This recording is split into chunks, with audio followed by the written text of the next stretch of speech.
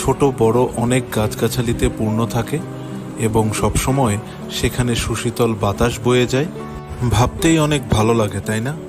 আমার বিশ্বাস আজকের এই মসজিদটি দেখার পর আপনারা একটিবার হলেও এখানে নামাজ আদায় করতে আসবেন। এই মসজিদের এই ঘড়িটি আমার খুব ভালো লেগেছে।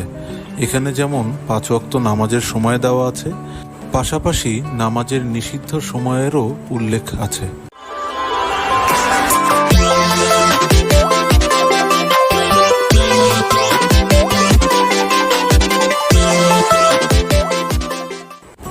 আসসালামু আলাইকুম, কেমন আছেন সবাই?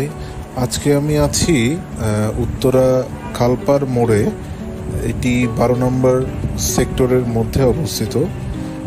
এই খালপার মোড়ে দাঁড়ালেই আপনারা একটি সুন্দর একটি মসজিদ দেখতে পারবেন। এই মসজিদটি গোল্ডেন এবং অফ হোয়াইট টাইপের একটি কালারের সুন্দর কম্বিনেশনে সাজানো হয়েছে এবং এই মসজিদের উপরের দিকে সবুজ কালারের বেশ কিছু গম্বুজ আকৃতির কিছু,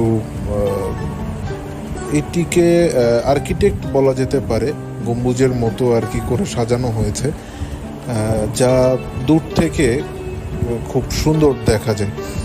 তো আজকে এই মসজিদটি আপনাদেরকে দেখানোর চেষ্টা করব। এই মসজিদটির নাম হচ্ছে বাইতুন নূর জামে মসজিদ। এটি 12 নম্বর সেক্টর মসজিদ নামেও পরিচিত। আমি আগেই বলেছিলাম যে উত্তরাতে প্রত্যেকটি সেক্টরে একটি করে জামে মসজিদ রয়েছে। তো আমার আগের ভিডিওগুলোতে আমি 10 নম্বর সেক্টর জামে মসজিদ, 11 নম্বর সেক্টর জামে মসজিদ, এই মসজিদগুলো আমি দেখানোর চেষ্টা করেছিলাম।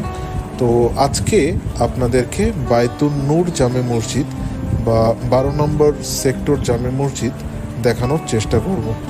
চলুন তাহলে দেখা যাক বাইতুন নূর জামে মসজিদ।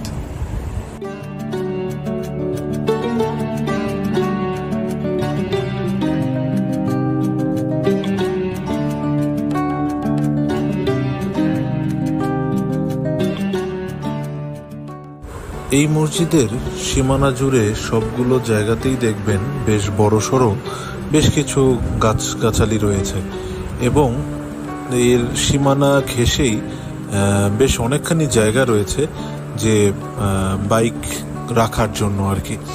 এর ফুটপাথটি অনেক বড়, যাতে পথচারীদের চলাফেরা করতেও কোনো অসুবিধা হয়।